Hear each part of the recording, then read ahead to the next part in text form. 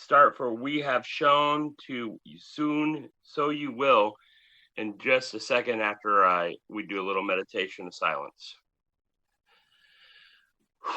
Please invite your higher power back in and remember to set aside prayer and take a deep breath.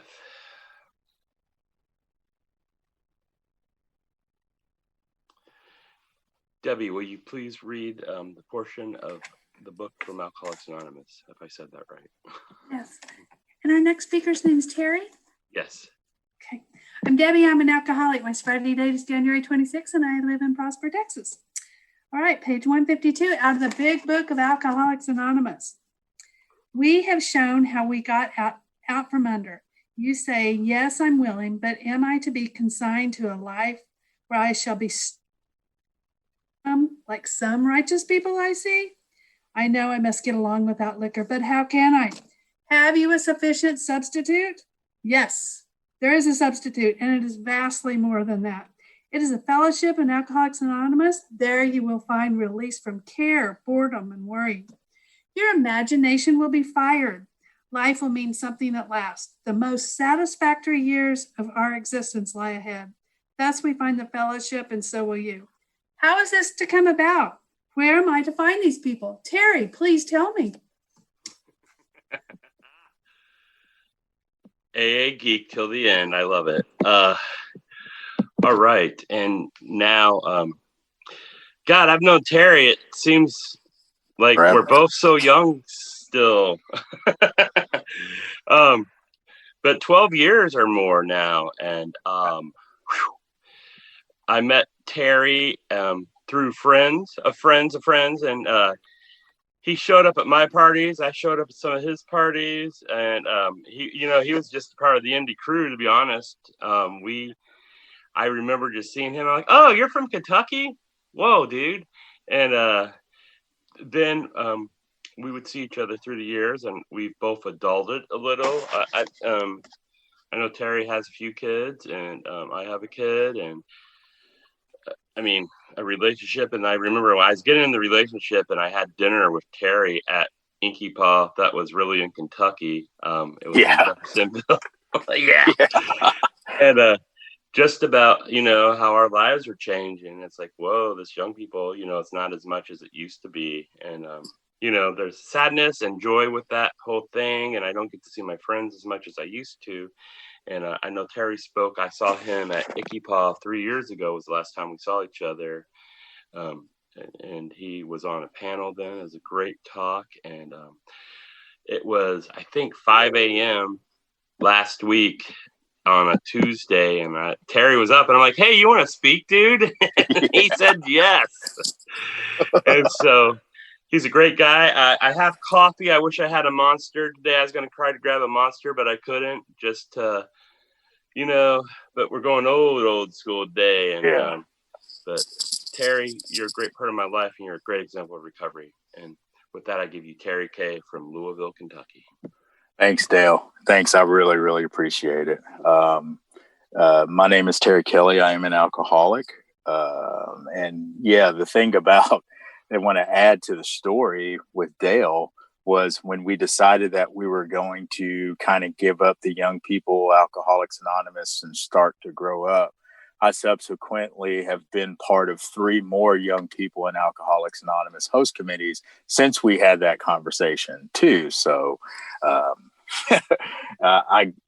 it's young at heart, young at spirit, young with room to grow. And I didn't have that when I came to Alcoholics Anonymous. I walked into the doors of AA when I first arrived in April of 2003 after being on the streets and, my mom kicking me out. And, I had this pesky drinking problem that if people would stay out of my business, they wouldn't be concerned about it so much. And all of these things kind of led me to this culmination one day where I woke up and I had ran out of ideas. I didn't have any more good ideas. I didn't have any more bad ideas. And I wish there was something that I could tell you guys to say, yep, this is exactly why I turned out the way that I was. my daddy put my diaper on backwards, or my mom sat me on the potty sideways, or something, to say this is it. This is why it was. But that wasn't the case. What was the case was I've always tried to match my insides up with everybody else's outsides. I've always tried to compare with what was going on around me. And I never quite measured up. I was an only child. Lots of my friends had brothers and sisters. Lots of times I wasn't comfortable with not only the skin that I was in, but the color of the skin that I was in. And a lot of people that I was around didn't have that. And so I've, felt different. I'm an Air Force brat. So I moved around a lot. And every time I moved around, I had to make new friends. And I guess that's why things became the way that they are now, and how me and Dale have become friends and all that, is because I can make friends very easily because I was forced to do that. But I was always feeling uncomfortable, or I was always feeling inadequate, I guess is the thing. And so when I discovered that first drink when I was 9, I was with my father. We were living in Germany. And even till this day, it's probably the closest moment me and my dad have ever had. And I remember feeling a sense of relief. And there's no way that a 9-year-old is supposed to have any sense of relief. The worst thing that was probably happening to me at that time was that my G.I. Joes weren't staying together, or that I lost the gun off of my Transformer or something, right? I guess I've kind of given my age with those toy references as well. But so I had this feeling of relief. And in our textbook, and I'm going to refer to the textbook a lot, because that's the only thing that I've found that's has given me permanent abstinence and relief from alcoholism. But the textbook talks about over any considerable period, we get worse, never better. And so I didn't get drunk every day after that first drink at 9 years old, but I got drunk every time I was outside of adult supervision. So by the time I was 10, I was drinking twice as much. By the time I was 12, I had discovered side dishes to go along with my alcohol. By the time I was 13, now I'm starting to be dishonest. I'm starting to be self-seeking. I'm starting to run away from home.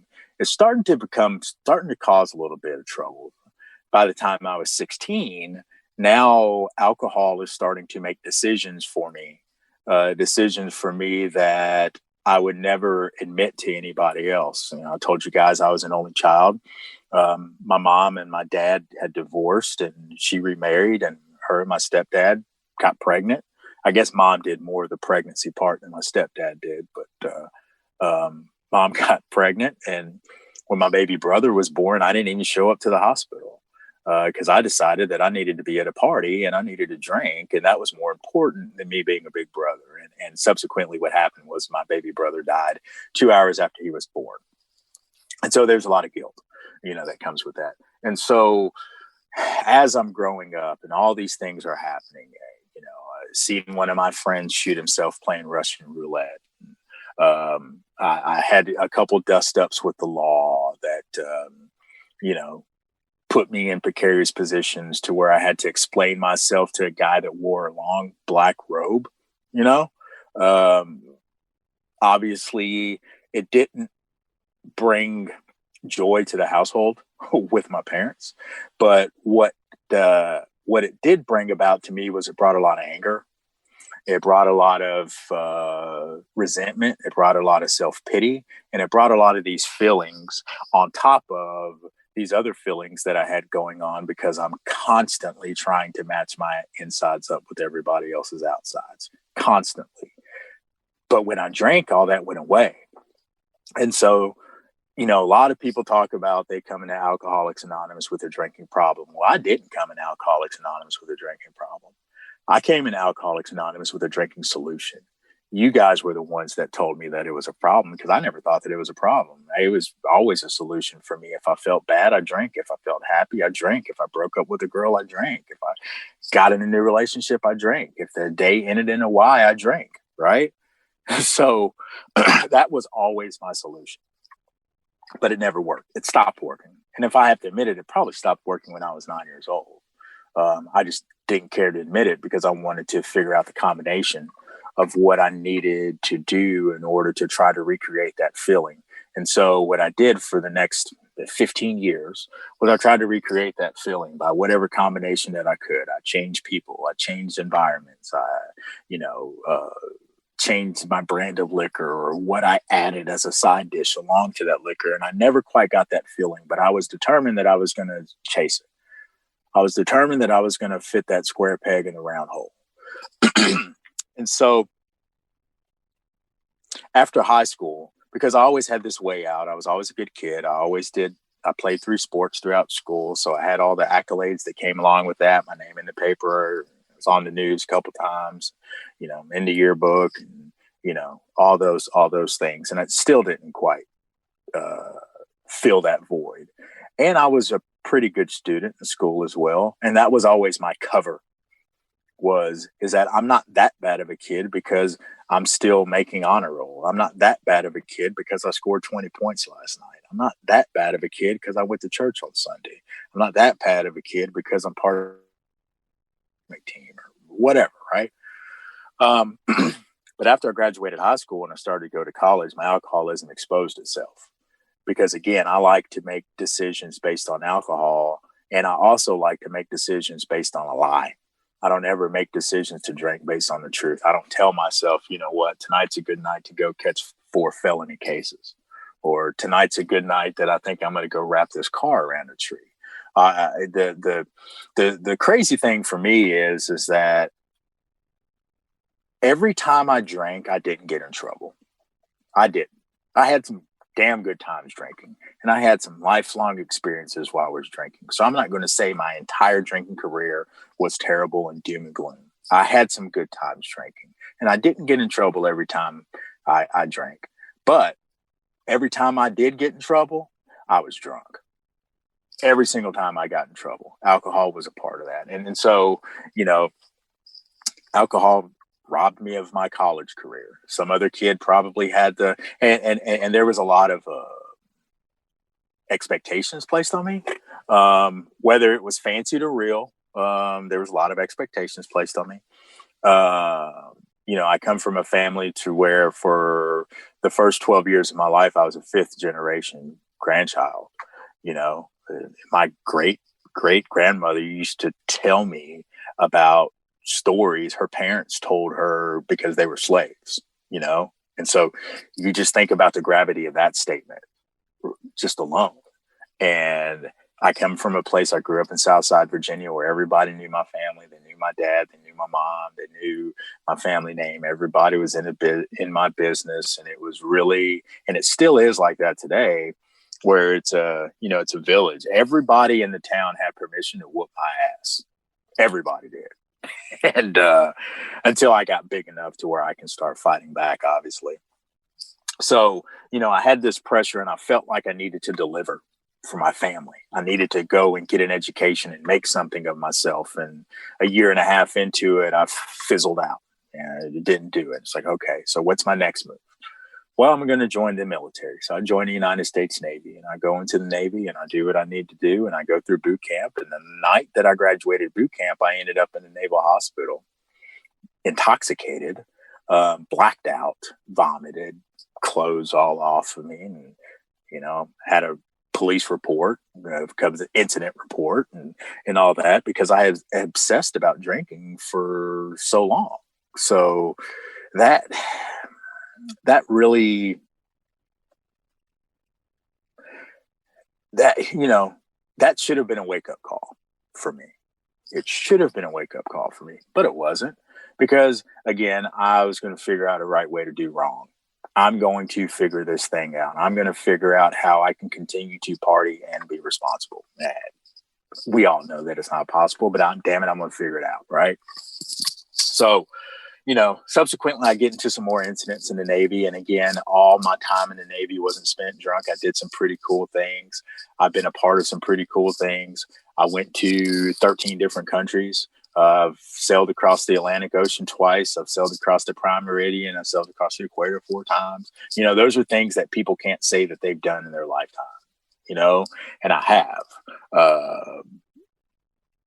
but I wanted to get drunk the whole time. I didn't care about taking pictures. I didn't care about getting souvenirs. I didn't care about making lifelong memories. I didn't care about those things. I cared about getting drunk. And so I went to all those countries, and I didn't even bring back a grain of sand from none of those places. But I got a lot of drunk stories from a lot of those places if you guys ever want to talk about it offline. So I obviously got my fair share of trouble in the Navy. And I'm here to tell you this much. The Navy prides themselves on drinking. It's part of their fight song. If the Navy tells you that you drink too much, that might be a sign that you have a drinking problem. And you know, they told me several times, like, son, you know, you might have a drinking problem, and we're going to send you here. And, you know, I always skipped out or found a way out. And so eventually my behavior caught up to me, and it got to the point to where I was like, okay, me and the Navy, we had to part ways.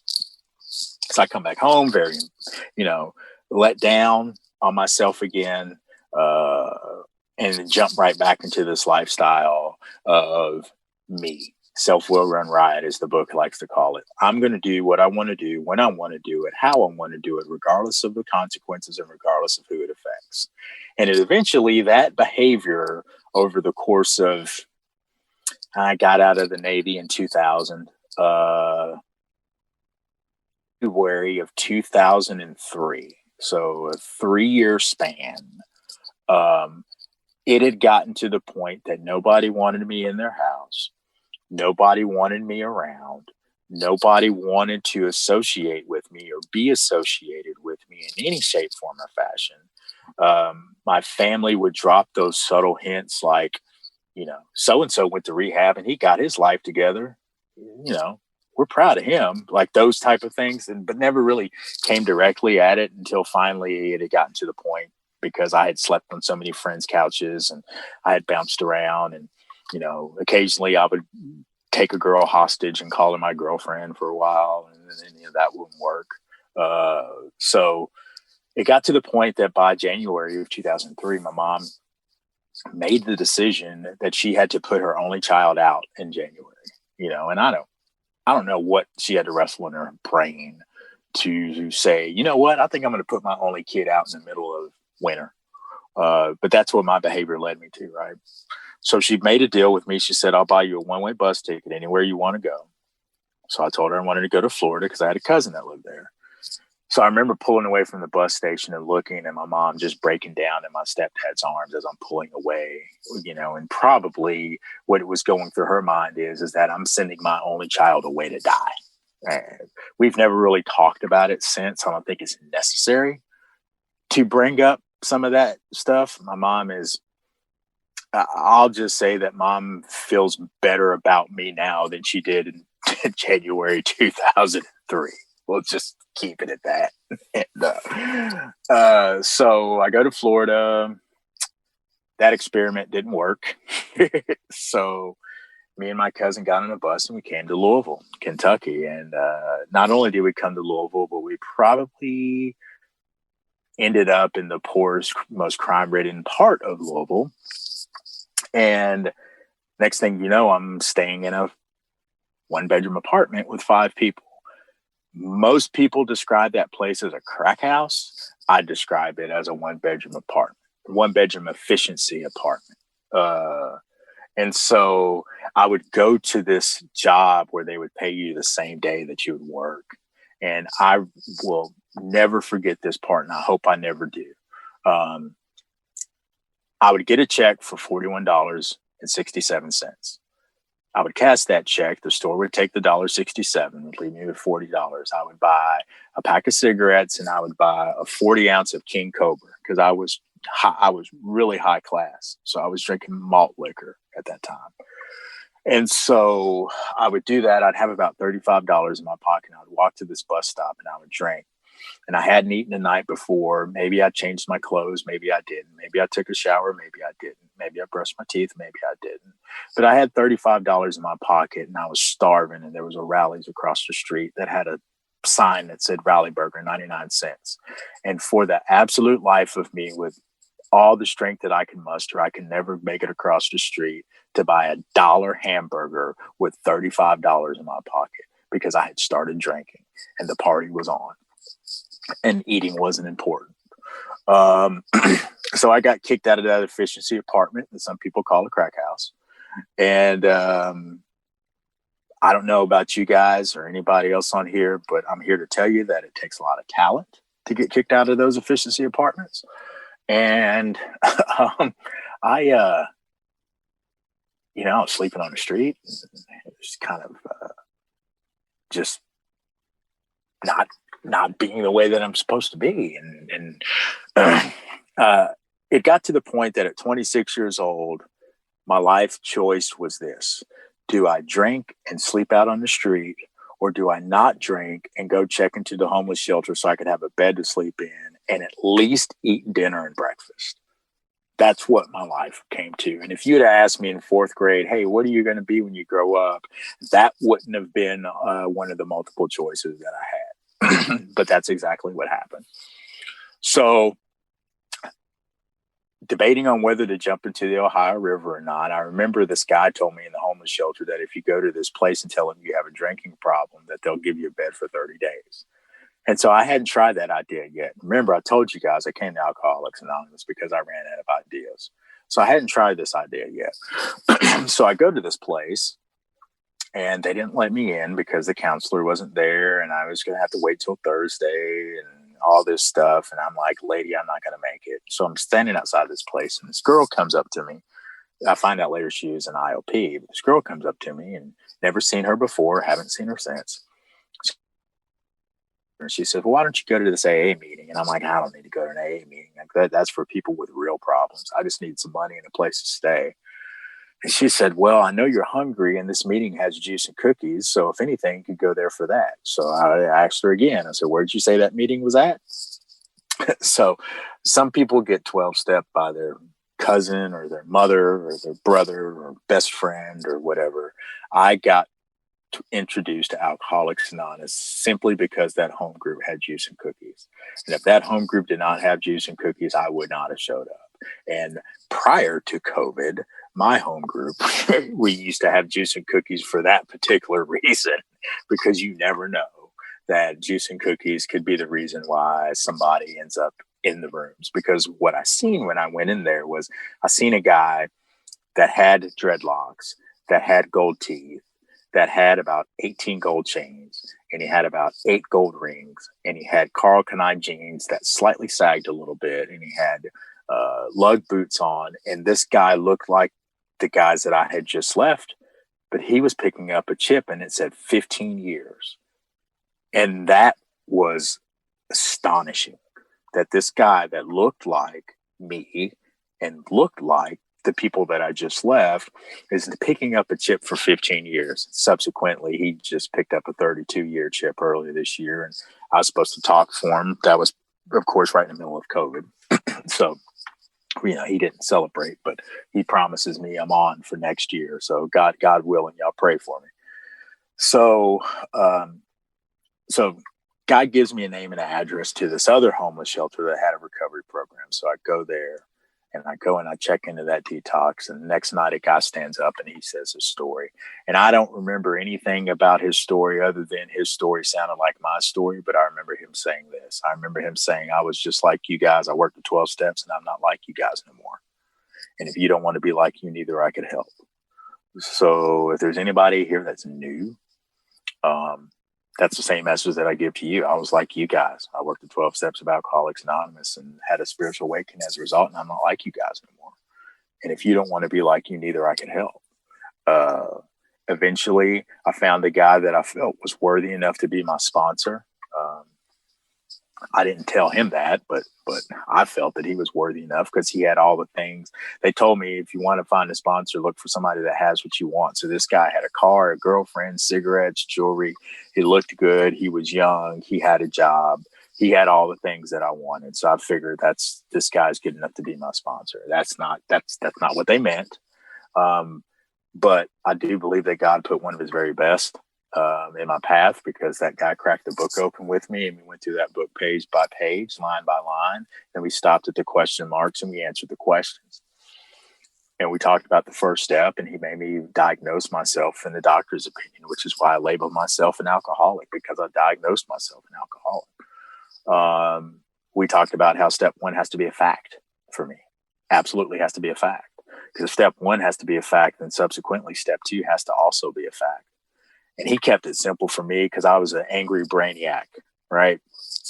So he said, look, man, he said, the only thing you need to know about a higher power is two things you need to know about a higher power. The first thing you need to know is you need to have one. The second thing you need to know is you ain't it. Kept it simple, right? So if I'm faced with these two facts, I'm powerless and I have to have a higher power. Now comes this decision, but I couldn't get over this pesky God thing because I tried God once because my parents and grandparents told me if you ever wanted something, pray to God for it and he'll give it to you. So I prayed to God that my parents didn't get a divorce, and they got a divorce anyway. I was 9 or 10, somewhere around there. So that's where I shut off the God concept and the spiritual growth. So here I am, 26, 27 years old. You guys are talking to me about prayer, meditation, and let go and let God and all these great philosophical, spiritual terms. And I couldn't comprehend it because I didn't have the spiritual maturity of that. My spiritual maturity was that of a 10-year-old because that's where I shut God off at. And so I had to reintroduce myself to that. And so me and my sponsor came up with this pact. We said, he asked me, he said, what's the most basic spiritual concept you can think of? And I said, treat somebody else the way you want to be treated. Okay. He said, so instead of making this great grand decision to turn your will and your life over to God, why don't you make a decision to treat everybody else the way that you want to be treated every day and see where that gets you, you know? And that got me to the point to where I can at least acknowledge that there was a God that I could understand, that I could eventually turn my will and my life over to. And at the beginning, I believed that my sponsor believed. I believed that the guy behind the podium believed. I believed that the old lady in the back believed. I believed that the new guy that came in believed. I didn't believe that I believed, but I believed they believed. But I had to start somewhere. It doesn't matter where you finish. It doesn't matter where you finish. It matters where you start. You got to. No, I'm sorry. It doesn't matter where you start. It matters where you finish. But you got to start somewhere. And that's where I started. Because eventually this guy made me write this stuff down on paper. And then when I was finished writing this stuff down on paper, I went to his house. And when I went to his house, we talked about the stuff on the paper. Then he left me alone for an hour to ponder about the stuff I wrote on paper.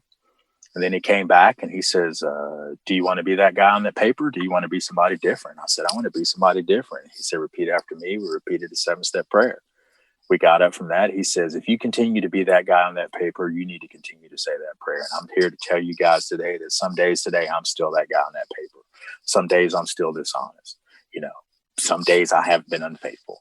Some days I haven't done the right thing with money. Some days I haven't treated the person the way that I wanted to be treated. Some days I've let my anger, my jealousy, my self-pity, and all those things come out of me. And so I have to return back and say that 7-step prayer because those things have not been removed.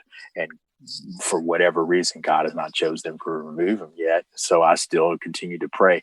I thoroughly believe that if God got rid of every single defective character, that I would feel that I wouldn't need him anymore. So he kind of lets me hang on to one or two of them just as insurance. That's my personal belief.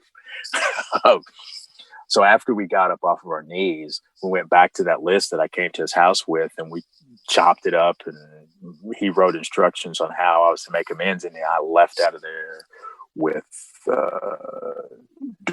specific instructions on what to do and how to do these things. And so when I started doing that work and I started to continue to improve and practice, things started to get better. And I started writing this pink cloud. But then one day after, right about when I got my token, I kind of looked around and I was like, man, this doesn't seem too appealing because seems like I'm just going to be sentenced to go to AA meetings my whole life. This isn't fun. You know, occasionally we might get wild and go to Denny's on Friday, but this isn't fun. And so a guy told me about service and told me about a service opportunity with the young people's committee that had started. And so I go to this young people's committee and I walk in the room and these guys argue a half hour over $15. And I got turned off. I'm like, why are these guys arguing over $15? But the chairperson came up to me and said, I know this probably a turn off, but we need you. We need you to come back. Please don't let that discourage you. And I said, okay. And I came back, and they voted me entertainment chair. I didn't know who I was supposed to entertain, or what I was supposed to entertain, or what I was supposed to do. But they also allowed me to host the Saturday night speaker. And the Saturday night speaker that year was a gentleman by the name of Tom I from Pinehurst, North Carolina. And they gave me his number, and they told me, they said, man, you call this guy for the next 6 months. So when you introduce him, you just don't get up there and say, hey, here's Tom. I just met him at the airport today. I'm really excited to hear his story. But actually have some substance behind it. And I did. And I thank God that I had that opportunity. Because seeing that man at that time, he had 47 years, seeing him have a passion for Alcoholics Anonymous was something that reignited my passion for Alcoholics Anonymous, because it had fizzled after a year. And so having this commitment got me into the traditions, and understanding the traditions, and really understanding that the traditions are built just like our steps are. The first two traditions are states of understanding, just like the steps. And then the third tradition is an understanding that comes from those first two realizations, both for the steps and the traditions. We make a decision based on that. And then 4 through 11 on the steps or the traditions are subsequent actions and results of the actions that happen based on what we do on 3. So, for the third tradition, only desire for membership is a desire to stop drinking. If we all have that understanding and make that decision that is what our insurance requirements are, then everything that happens after that applies to anybody that has that requirement on the third tradition. Just like for the third step, if I've made a decision to turn my will and my life over to God, everything that I do after that is simply because I've made that decision. Just like you guys will never know. The only way that you guys will know that I decided to buy a new car is if I show up in a new car, that I've done the actions and gotten the. I can make a decision all day long, but you guys will never know it until you see the actions. And so, understanding that stuff, and then understanding the whole service structure and everything really opened up my eyes and allowed me to expand my fellowship. And that's why I love the reading that we had as far as our imagination must be fired. Because keeping the spark of Alcoholics Anonymous, despite life showing up, because I've got the good, I've had that commitment, and I got the good job after that. And then I got the new car after that. Well, the car was new to me. It was like 2 years old, but it was new to me. Got the new car, and I signed the lease to the apartment. And, I found the relationship with the person that I felt that knows me for me, and I want them for them. And, Alcoholics Anonymous seen me get that. Alcoholics Anonymous also seen me get fired from that job, and seen me get evicted from that apartment, and seen that car get repossessed, and see me and that lady's relationship end after a year and a half. Thing about it is, it took us 2 more years to figure that out, and Alcoholics Anonymous seen me go through that too, but still continue to suit up and show up, and still host dances, and still host committee meetings, and still go to my home group and make sure that it was open. And still making sure that we had literature, and still doing those things, because, alcoholism for me is not going anywhere. And if I'm not addressing it, it's addressing me. And so, as a result of trying to be the best person that I could be, some days have been better than others. And again, I've made some mistakes that have, really made me feel bad about myself, and might have made some other people feel bad about me. I don't know. And me and Dale have talked about this several times. We talked about it the last time we really had a heart to heart. But the constant thing that comes about that helps me bounce back is that there's going to be somebody that's going to walk in that has no clue. There's going to be somebody that walks in that has ran out of all ideas. There's going to be somebody that walks in that doesn't know themselves, or has come from a bad background, or is still trying to figure out a right way to do wrong, or still trying to match up their insides with everybody else's outsides. And I can go up to them and I can say, you know what, I was just like you. I worked 12 Steps of Alcoholics Anonymous, and I'm not like you no more. And if you don't want to be like you, neither I can help. That's the core for me for the fellowship. And I know I didn't say this before. I am sponsored. I am sponsored by a guy who is very well aware that he sponsors me. His name is Kenneth L. You know, and it's funny now because me and him, we talk about grown-up stuff like health insurance and 401ks and, you know, how we're going to set our kids up, those type of things. It's connected with alcoholism and it's connected with staying sober, but it's how to deal with life sober. Because as the last time I checked, alcohol is not my problem today. The obsession to drink, let me say, is not my problem today. If I take a drink of alcohol, here's the funny thing about it. And here's how far removed I am from alcoholism and the obsession to drink. Where I'm at right now is a company that they sell hard lemonade. After I get off of this phone with you guys, I am going to go in here and try to get this guy's machine right, because that's what I do for a living. And my suspicion is that this guy is adding too much alcohol to his machine and it's not freezing right. So I'm getting ready to be around alcohol for the rest of the day. And guess what? It doesn't bother me. I am not naive. Okay. I am not cured. Or I don't have this false sense of self-importance about me that I'm going to be immune. I'm not Clark Kent, right? Or Bruce Wayne or whatever superhero that you want to think of. I'm not that. I understand the damage that alcohol can do for me, but I don't live in fear of alcohol anymore because I got a God that's bigger than that. And again, this is a God that I told you guys I wasn't on speaking terms with. And, you know, I know that he's going to be with me. I know I prayed for him this morning. I know I prayed when I got up at 2:30 this morning to start driving from Louisville up here to Illinois. I honked Dale when I drove through Indianapolis. I don't know if you heard me or not. It was about 4 a.m. So, yeah, I know usually this thing lasts an hour. I know it does. And my sincere and deepest apologies if I cut this short. I surely hope that somebody has got something out of this. I surely hope that I have fit the bill for what I needed to do and to fulfill my purpose. Again, my apologies. Life got in the way, and my job that I got, because not only have I been a sober member of AA, but I show up to work every day, and those folks give me a paycheck at the end of the week. And eventually they keep telling me to come back and they keep giving me more stuff to do. So here I am, you know, but these are things that you guys taught me. These are things AA taught me.